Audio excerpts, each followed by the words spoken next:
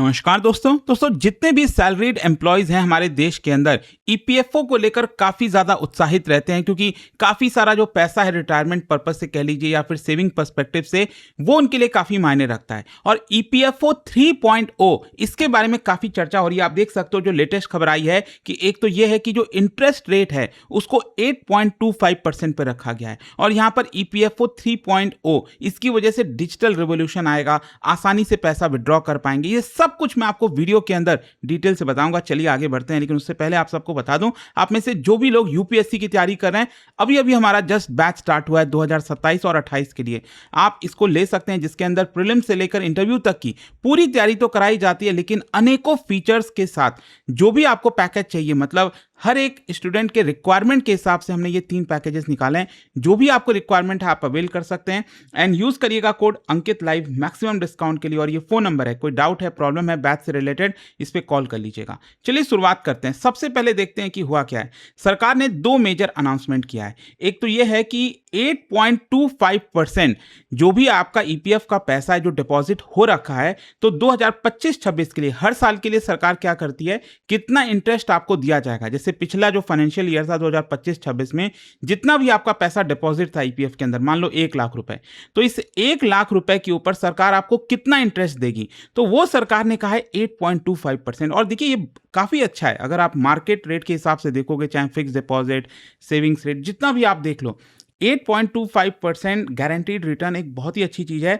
और दूसरा जो अनाउंसमेंट किया गया है कि इस मंथ के एंड तक ईपीएफओ 3.0 ये आपका लॉन्च कर दिया जाएगा। देखिए ईपीएफ क्या होता है, एम्प्लॉयज प्रोविडेंट फंड। ये भारत का लार्जेस्ट रिटायरमेंट सेविंग स्कीम है जो कि ईपीएफओ मैनेज करता है, एम्प्लॉयज प्रोविडेंट फंड ऑर्गेनाइजेशन। इसके एग्जाम्स भी होते हैं, आप सब जानते हो। अच्छा, यहां पर सरकार इसको मैनेज कैसे करती है, क्या कानून है? 1952 का कानून है, employees provident funds and miscellaneous provision act. और इसका ऑब्जेक्टिव यही होता है कि रिटायरमेंट इनकम जनरेट किया जाए। जितने भी सैलरीड एम्प्लॉयज हैं हमारे देश में, सोशल सिक्योरिटी के लिए काफी इंपॉर्टेंट होता है, फाइनेंशियल प्रोटेक्शन के लिए, मतलब एम्प्लॉयमेंट के बाद आप करोगे क्या, तो उसके प्रोटेक्शन के लिए काफी ज्यादा ये जरूरी होता है। अच्छा, ईपीएफ वर्क कैसे करता है? यहां पर जो एम्प्लॉय का कंट्रीब्यूशन है और जो एम्प्लॉयर का कंट्रीब्यूशन है, दोनों ऐड हो जाता है। मतलब जो आपको नौकरी दे रहा है और आप जो नौकरी कर रहे हो, जो आपका सैलरी है उसका कुछ परसेंट, अब सैलरी की जब मैं बात करता हूं तो इसमें basic salary plus DNS allowance, इसके हिसाब से कैलकुलेट होता है। तो 12% आपका एम्प्लॉय वो कंट्रीब्यूट करेगा और 12% आपका जो basic salary plus DNS allowance जो है आपके सैलरी में से कट होगा। और इस तरह से हर साल इसमें पैसा डिपॉजिट हो जाता है, हर महीने कटता है इनफैक्ट, और पूरा साल भर का आपको इंटरेस्ट मिलता है। जैसे मान लो अगर आपका बेसिक प्लस डीए है 50,000 रुपये पर महीना, आप सब जानते होंगे कि यहाँ पर क्या होता है कि एक जो नीचे के अमाउंट है, जैसे मान लो 15,000 रुपये, तो यहां पर आपका ईपीएफ कंट्रीब्यूशन कंपलसरी रहता है। 15,000 तक सैलरी है अगर आपका, तो ईपीएफ आपको कंट्रीब्यूट करना ही पड़ेगा और एम्प्लॉय को भी करना पड़ेगा। और अगर आपकी सैलरी इससे ज्यादा है तो यहां पर वॉलंटरी हो जाता है कि क्या आप करना चाहते हैं कि नहीं, एम्प्लॉय आपका मानता है कि नहीं। तो यहां पर आप देख सकते हैं, अगर मान लो 50,000 रुपये पर महीना सैलरी है, तो 50,000 का 12% 6,000 रुपये, तो 6,000 आपका एम्प्लॉय कंट्रीब्यूट करेगा और 6,000 आपके सैलरी में से कट होगा। और इस तरह से आप समझ सकते हो हर महीने 12,000 रुपये आपका ईपीएफ में चला जाएगा। मतलब हर साल 1.44 लाख रुपीस आपका इकट्ठा होते जा रहा है। अच्छा, ये जो इंटरेस्ट रेट है वो क्यों मायने रखता है?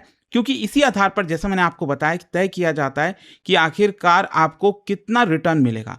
तो हर साल क्या है कि जो फाइनेंस मिनिस्ट्री होती है उसके अंदर जो सेंट्रल बोर्ड ऑफ ट्रस्टीज हैं वो रेकमेंड करते हैं और इसके हिसाब से होता है। और मैं आपको बता दूं पिछले 3 साल से ये 8.25% है। ऑल्दो आप देखोगे इकोनॉमी के अंदर जो रेट है वो गिरे हैं, चाहे वो फिक्स डिपॉजिट के हों, सेविंग्स रेट के हों, रेपो रेट आप सब जानते हो। तो जब भी रेट वगैरह सारे गिरते हैं तो इसका भी नॉर्मली रेट गिरता है, लेकिन पिछले 3 साल से ये उतना ही रखा गया। इनफैक्ट 2022-23 में ये 8.15% था, तो इसको बढ़ाया गया। मतलब ये दिखाता है कि stability, market condition, share market ऊपर जा रहा हो, नीचे जा रहा हो, रिटर्न कितना मिल रहा हो, डजंट मैटर, यहां पर आपको स्टेबिलिटी मिल जाती है। अच्छा, इस बार सरकार ने रिड्यूस क्यों नहीं किया? क्योंकि रिपोर्ट्स के आधार पर बताया जा रहा है कि इन्वेस्टमेंट और जो फाइनेंस ऑफिशियल्स हैं उन्होंने 8.1% सजेस्ट किया था, लेकिन फिर भी सरकार ने कहा कि नहीं, हम 8.25% ही रखेंगे। इससे क्या है कि आपका जो रिटायरमेंट सेविंग है वो प्रोटेक्ट होता है, इन्फ्लेशन से आपको प्रोटेक्शन मिलती है, पॉलिटिकल और सोशल कंसिडरेशन भी देखा जाता है क्योंकि बहुत सारे सैलरीड वर्कफोर्स हैं इसके अंदर, तो उनके ऊपर ये इम्पैक्ट करता है। सोशल सिक्योरिटी में आपको कॉन्फिडेंस आता है कि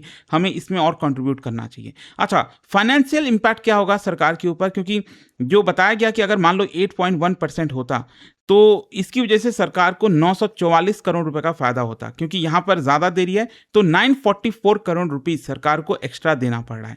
अच्छा, यहां पर एक इंपॉर्टेंट चीज है, कई लोगों को लगता है कि जो भी ईपीएफ का कंट्रीब्यूशन होता है वो सरकार के पास जाता है, सरकार उसके ऊपर डायरेक्टली बस इंटरेस्ट दे देती है, लेकिन सरकार कमाती कैसे है? ऐसा तो है नहीं कि सरकार अपनी जेब में से दे देगी। तो यहां पर जो पैसा आपका डिपॉजिट होता है वो अलग अलग जगह इन्वेस्ट किया जाता है, जैसे गवर्नमेंट सिक्योरिटीज़ में, जो गवर्नमेंट बॉन्ड्स होते हैं। इसके अलावा जो कॉर्पोरेट बॉन्ड्स, रिलायंस, अडानी, ये जितने भी हैं कॉर्पोरेट बॉन्ड्स निकालते हैं तो उसमें भी सरकार पैसा लगाती है क्योंकि उस पर ज़्यादा रिटर्न मिलता है। इसके अलावा इक्विटी ईटीएफ, मतलब जो एक्सचेंज ट्रेडेड फंड होते हैं, स्टॉक मार्केट लिंक, उसमें भी, क्योंकि उसमें और अच्छा रिटर्न मिल सकता है। फिर डेट इंस्ट्रूमेंट्स होते हैं, मतलब यहाँ पर जो रिटर्न है वो इन सारे चीज़ों के बेसिस पर भी देखा जाता है कि कितना सरकार को रिटर्न आया, उस हिसाब से तय किया जाएगा। अब हम आते हैं ईपीएफओ 3.0 के लेकर। देखो यहाँ पर क्या है, एक मेजर डिजिटल मॉडर्नाइजेशन प्रोग्राम है ये। इसका ऑब्जेक्टिव ये है कि अभी तक जो पूरा पेपर वर्क चलता था, आपको एक पैसा विड्रॉ करना है तो भी आपको एकदम लंबा चौड़ा प्रोसेस होता था। तो पहले क्या था, गवर्नमेंट फाइल सिस्टम था। अब ईपीएफओ 3.0 के अंदर यूपीआई का ज़माना आ गया है, आप आसानी से पैसा विड्रॉ कर पाओ। इसकी ज़रूरत क्यों है? क्योंकि देखो, क्लेम प्रोसेसिंग में बहुत दिक्कत आती थी। जैसे मान लो आपने पैसा तो इतने सालों तक जमा करके रखा है, इकट्ठा किया है ताकि इमरजेंसी में काम आए, लेकिन इमरजेंसी के समय आप पेपर वर्क में उलझे हुए हो, इसी में आपका दिमाग खर्च हो जा रहा है और आप परेशान हो रहे हो, तो वो चीज़ें ना हो। इसके अलावा एम्प्लॉयर अप्रूवल बॉटलनेक्स, इनमें कई इशूज़ हैं। जैसे आपको पहले पैसा विड्रॉ करना होता था तो एम्प्लॉयर से परमिशन लेनी है, फंड ट्रांसफर स्लो होता था। तो ईपीएफओ 3.0 जो है ये सारे इनएफिशिएंसीज को खत्म कर देगा। सबसे पहला यूपीआई बेस्ड पीएफ विड्रॉल, मतलब ये बहुत ही रिवोल्यूशनरी बताया जा रहा है, क्योंकि अभी क्या है, एम्प्लॉय क्लेम को सबमिट करता है, फिर वेरीफाई किया जाता है, प्रोसेसिंग होता है और तब आपके बैंक में पैसे आते हैं। इससे बहुत लंबा, कई दिनों लग जाते हैं। लेकिन ईपीएफओ 3.0 के अंदर एम्प्लॉय जो है वो आसानी से यूपीआई ऑथेंटिकेशन करेगा और तुरंत आपके पास पैसा आ जाएगा अकाउंट में। इसके अलावा मतलब कुछ ही घंटों के अंदर या मिनटों के अंदर आप कह सकते हो। तो इसमें होगा क्या कि आपको ईपीएफओ अकाउंट में लॉगिन करना होगा, विड्रॉल टाइप सेलेक्ट करना होगा यूपीआई के थ्रू, आधार ओटीपी आपको वेरीफाई करना होगा और यूपीआई ऑथेंटिकेशन करना होगा, तुरंत आपका पैसा आपके पास आ जाएगा। इसके अलावा एटीएम बेस्ड भी कंसिडर किया जा रहा है, मतलब जैसे मान लो जो इंटरनेट वगैरह नहीं यूज़ करते रूरल एरियाज़ वगैरह में, तो उनके लिए काफ़ी फायदेमंद होगा। इसमें क्या है कि आपका जो अकाउंट है या फिर जो डेबिट कार्ड है वो पीएफ से लिंक्ड होगा, तो आप एटीएम में जाओगे, वेरीफाई करोगे और आपका आसानी से विड्रॉ कर सकते हो, कैश विड्रॉ कर सकते हो एटीएम से। तो ये रूरल वर्कर्स के लिए, workers with limited internet access, emergency cash requirement के लिए ये काफ़ी मददगार साबित हो सकता है। अच्छा, यहाँ पर एक और सवाल है कि क्या आप अपना पूरा पीएफ का बैलेंस विड्रॉ कर सकते हैं? जैसे मान लो इकट्ठा करते करते आपके पास 10 लाख रुपए जमा हो गया पीएफ में, तो क्या आप पूरा 10 लाख रुपए निकाल सकते हो? नहीं, देखो काफ़ी सारे पड़ाव होते हैं, अलग अलग कैटेगरीज होता है कि अगर आपको एजुकेशन के लिए चाहिए तो इतना विड्रॉ हो सकता है। मैक्सिमम बोला जा रहा है, सरकार कंसिडर कर रही है कि 75% तक, मतलब 10 लाख का 7.5 लाख रुपए तक ही मैक्स आप विड्रॉ कर सकते हो, क्योंकि देखो इसका मेन पर्पज़ क्या था कि रिटायरमेंट वगैरह के समय आपका काम है, तो पूरा पैसा आप लोगे तो फिर रिटायरमेंट का पर्पस चला गया। तो यहां पर आपका रिटायरमेंट पर्पस प्रोटेक्टेड रहे, इसलिए एटलीस्ट 25% तो सेव रहेगा। इसके अलावा ऑटो सेटलमेंट ऑफ क्लेम, मतलब एक बिगेस्ट रिफॉर्म बताया जा रहा है। पहले क्या होता था, मैनुअल स्क्रूटनी होती थी, आपने क्लेम किया कि भाई मुझे ये इतना पैसा चाहिए 5 लाख रुपए, तो उसकी मैनुअल स्क्रूटनी होती है, सरकारी बाबूस करते हैं। अब क्या, ऑटो सेटलमेंट हो जाएगा एटलीस्ट एक सर्टेन अमाउंट तक, मतलब 5 लाख रुपए तक आपसे कोई सवाल जवाब नहीं पूछा जाएगा एआई के थ्रू, या फिर ऑटोमेटिक सेटलमेंट हो जाएगा, आप पैसे ले लोगे। बेनिफिट यही है कि प्रोसेसिंग होगा जल्दी, करप्शन कम होगा, ह्यूमन इंटरवेंशन कम होगा, इमरजेंसी एक्सेस में जल्दी से पैसे निकल जाएंगे। अच्छा, यहाँ पर एम्प्लॉयर के ऊपर से भी डिपेंडेंसी हटाई जा रही है। हिस्टोरिकली क्या है कि जब भी आपको पीएफ विड्रॉ करना है तो आपको अपने कंपनी से पहले परमिशन लेनी पड़ती थी। अब मान के चलो आप किसी कंपनी में काम किए और वो कंपनी बंद हो गई, अब आपको पैसे चाहिए, आप कैसे लोगे? कंपनी तो बंद हो गई है। तो बहुत सारे ऑफिस के चक्कर लगाना, परेशान होना, तो ये सब इश्यूज आते थे।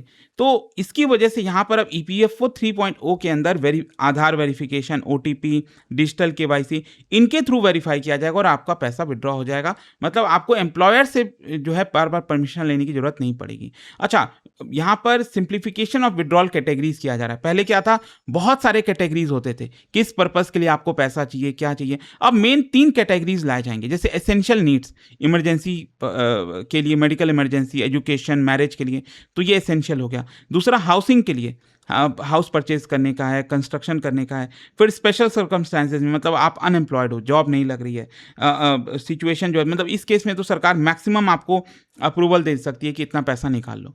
तो ओवरऑल इसका हमारे डिजिटल गवर्नेंस के ऊपर काफ़ी बड़ा इम्पैक्ट होगा। ये मतलब ये जो ऑलरेडी रिफॉर्म चल रहे हैं भारत में, जैसे jam Trinity, digital India, direct benefit architecture, financial inclusion, उन सबके साथ ये अलाइन करता है। और इसका इकोनॉमिक सिग्निफिकेंस क्या है? एक तो क्या है, वर्कर्स को तुरंत अपने सेविंग्स में पैसा निकल सकता है, फाइनेंशियल इंक्लूजन ज़्यादा होगा, एडमिनिस्ट्रेटिव कॉस्ट कम हो जाएगा, ट्रांसपेरेंसी ज़्यादा होगी, ट्रस्ट बेटर होगा। कंसर्न्स भी कुछ जताए जा रहे हैं। प्रॉब्लम क्या हो सकती है? एक तो आपका रिटायरमेंट का जो मेन पर्पस है वो इरोड हो रहा है कि सारा पैसा आपका मेन रिटायरमेंट में मिलना चाहिए, तो आप पहले ही खर्च करते रहो, तो रिटायरमेंट में इश्यूज आएंगे। साइबर सिक्योरिटी का खतरा होता है जब भी हम डिजिटल की बात करते हैं, फ्रॉड का भी खतरा बढ़ जाता है, फाइनेंशियल डिसिप्लिन में भी इश्यूज आता है। अभी तक क्या था, पैसा विड्रॉ करना मुश्किल था, तो लोग अपना इकट्ठा करके अच्छे से रखे रहते थे। अब जल्दी जल्दी विड्रॉ होने लगेगा, लोग आसानी से पैसे निकाल लेंगे। तो खैर, ये आई होप कि इस वीडियो के थ्रू ये जो ईपीएफओ 3.0 की बात चल रही थी वो आपको समझ में आ गया होगा। और जाने से पहले एक बहुत ही इंटरेस्टिंग क्वेश्चन, क्या बता सकते हो इनमें से कौन सी बॉडी कॉन्स्टिट्यूशनल बॉडी नहीं है? ठीक है, और इसका राइट आंसर आप सब जानते हैं, मेरे इंस्टाग्राम पर तो मिलेगा ही, वहां पर अगर आप नहीं हो कोई बात नहीं, टेलीग्राम से ले सकते हैं इसका सही उत्तर। और दोस्तों, जैसे मैंने आपको बताया, अगर आप यूपीएससी की तैयारी कर रहे हैं, कोई भी बैच चाहते हैं 2027-28 के लिए, तो ये अवेलेबल है, लिंक कमेंट सेक्शन में दिया हुआ है, यूज करिए कोड अंकित लाइव। और ये फोन नंबर है, कोई डाउट है, प्रॉब्लम है, जैसे बैच आपका कब कंप्लीट होगा, मेंटरशिप, टेस्ट सीरीज, रिवीजन, ये सारे डाउट्स आपके इस फोन नंबर पर रिजॉल्व हो जाएंगे। Study IQ IAS, making India smarter and better.